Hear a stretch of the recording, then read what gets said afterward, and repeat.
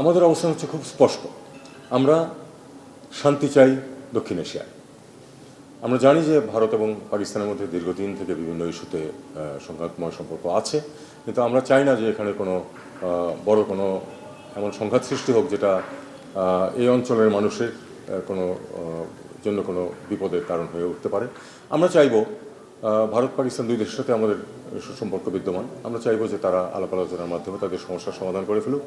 আমরা ইতিমধ্যে দেখেছি যে মধ্যস্থতার প্রস্তাব দু একটি দেশের কাছ থেকে এসেছে। যেভাবেই হোক, মধ্যস্থতার মাধ্যমে হোক অথবা দ্বিপক্ষীয় আলাপ আলোচনার মাধ্যমে হোক, আমরা চাই যে উত্তেজনা প্রশমিত হোক এবং শান্তি বজায় থাকুক। আমি মনে করি না যে এই মুহূর্তে আমাদের মধ্যস্থতার কোনো ভূমিকা নেওয়ার চেষ্টা করা উচিত। আমরা চাইবো যে তারা নিজেরাই সমস্যা করে ফেলুক।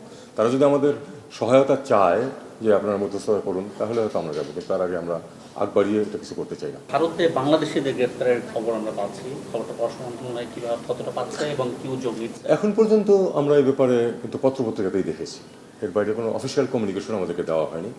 আর আপনারা জানেন যে অফিসিয়াল কমিউনিকেশন দিলেও আমাদেরকে দেখতে হবে যে আসলে তারা বাংলাদেশের লোক কিনা। যদি বাংলাদেশের মানুষ হয় আমরা তাদেরকে অবশ্যই ফেরত নেব, কিন্তু বাংলাদেশের মানুষ কিনা এটা কিন্তু প্রমাণ সাপেক্ষ। কারণ ভারতেও আমরা জানি যে প্রচুর বাংলা ভাষী আছে, বাংলা কথা বললেই যে বাংলাদেশের মানুষ এমন কোনো নিশ্চয়তা নেই। যদি সুনির্দিষ্ট অভিযোগ কোনোখানে পাই আমরা, তাহলে আমরা সে ব্যাপারে ব্যবস্থা গ্রহণ করতে পারি। এখানে একটা জিনিস বুঝতে হবে যে বৈধ ভিসা নিয়ে যারা যান তারা ওখানে সফর করে ফেরত চলে আসবেন, কিন্তু যদি তাদের কেউ কোনো আইন ভঙ্গ করে থাকেন সেটার জন্য তো দেশ ব্যবস্থা নিতেই পারে, সেটা হলো অন্য কথা।